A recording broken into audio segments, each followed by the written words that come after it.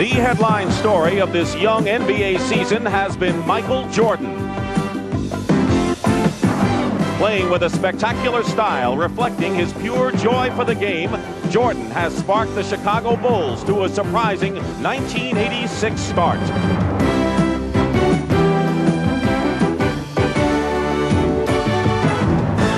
Last Christmas Day, Rookie of the Year Patrick Ewing and the Knicks defeated the Boston Celtics in a double overtime comeback thriller.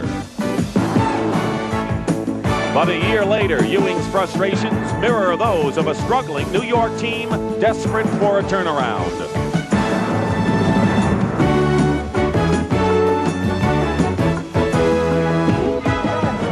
We're going to go into overtime. We're going to win this game. Two new young head coaches lead both teams today as the Chicago Bulls meet the New York Knicks.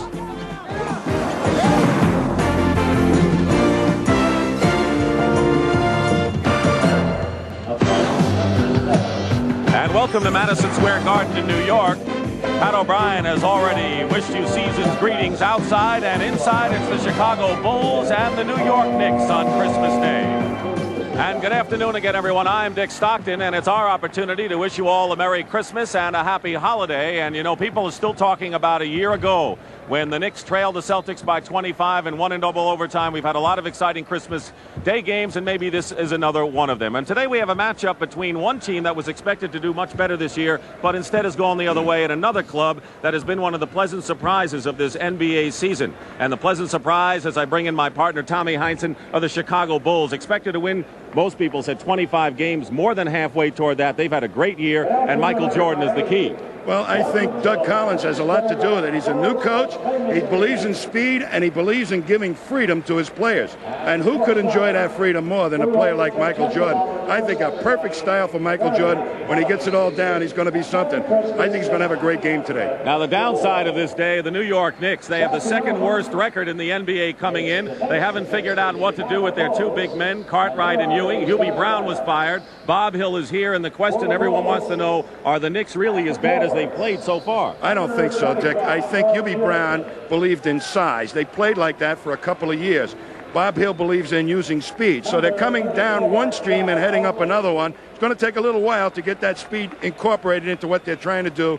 And trying to do it in the middle of the season is very tough. All right, Tommy, and of course the Knicks will have to concentrate on defense today. The Bulls have won the two previous meetings, and in those games, Michael Jordan has scored 50 and 40 points. So sit back and enjoy the Bulls and the Knicks. Here at Madison Square Garden, let's introduce you to the starting lineups for both teams, beginning with the visiting Chicago Bulls. In their front court, Earl Cureton, Charles Oakley, and Granville Waiters open up front. John Paxson and the incomparable Michael Jordan in the backcourt. Doug Collins, former CBS commentator in his first year as head coach. For the New York Knickerbockers, they're going with a big lineup of Bill Cartwright, rookie Kenny Walker, Patrick Ewing at center, Gerald Henderson, and Gerald Wilkins in the backcourt, and Bob Hill, who was an assistant at Kansas and with the Knicks before becoming head man. Dick Bavetta and Earl Strom are today's officials. And we've taken care of the housework. We're ready to go with the game on Christmas Day. I hope you enjoy it. Knicks are in white, the Bulls are in red. And there is Jordan, and he'll be guarded, I believe, by Wilkins. Dick, both teams love to run and trying to get that speed incorporated into their style of play. Ewing going strong, starts the game. And when the fast break doesn't work, Dick, they go to the low post, the Knicks, to either Cartwright or Ewing. Paxson controls. He's in the backcourt. Jordan. Ewing picks him up, and Waiters has his shot blocked by Kenny Walker. Bulls get back defensively, and the Knicks can't run. Right now, Cureton is on Ewing. Cartwright, double team.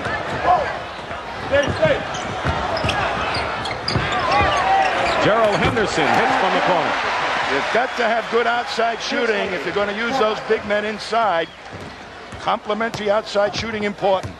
And that's where the Knicks have had a lot of trouble so far this year. They have not been able to hit open shots when their big men have been doubled. Oakley. Ewing. And here the Knicks try to run it. The guy to do it is Wilkins. And he's fouled, but that's what the Knicks want to do. Get the rebound, get it into the middle of the floor as quickly as possible, and have a three-man attack. The Knicks working very hard on that in practices since Hill took over. Charles Oakley commits the foul, and Gerald Wilkins, who should be one of the keys to the Knicks' fast break. The brother of Dominique, a fine open court player and unharnessed, though an exciting performer in his second year. This fast break style of play ought to be right up his alley because he's a great athlete, and as a wingman on the fast break, much like his brother Dominique, he could be devastating. The Knicks lost 8 in a row till they beat San Antonio on Monday night, and in fact had lost 6 straight at the Garden before that victory. And now they own all of the 6 points in the first minute or so of this game. Paxson is their real floor leader right now. They tried Colt at the beginning of the year, but Paxson is the guy they feel can get the job done. And he's also their best outside shooter, other than this guy. Jordan finds Oakley. Batted away by Ewing. 2 block shots by the Knicks, who have a 4-on-3, and Kenny Walker couldn't handle things. And it'll still be Knicks ball as the Bulls stepped on the line. But the Knicks appear to have that fast break going. Here now we see Jordan, who's become a playmaker. When he draws double coverage, you better get your hands up. Oakley that time fumbled the ball. Henderson is short. Jordan the rebound. Michael Jordan is averaging 37.7 points a game, leading the NBA. And the Bulls have not scored yet, and we've played nearly 2 minutes of this first period.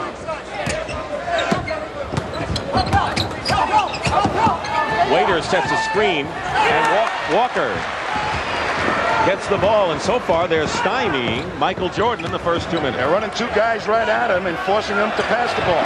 Cartwright, left-handed, and it's 8-0 Knicks. Cartwright is one great low post player. Does he spread out for that low post position? 22nd timeout by the Bulls, and they haven't had much to cheer about at the Garden this year. NBA's greatest game. Doug Collins, as an ex-player, really the challenge for him is to learn how to teach and organize what he knows about the game. Knows a lot. Well, he was a great fast break player, and if he can get all that knowledge about fast break basketball into a system that he can teach, they'll have a great team in Chicago. Jordan going the baseline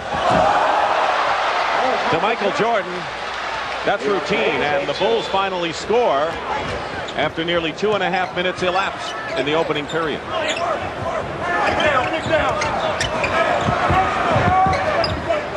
Jordan is guarding Gerald Wilkins. Ewing. And the rebound by Oakley. Jordan. Walker picks him up.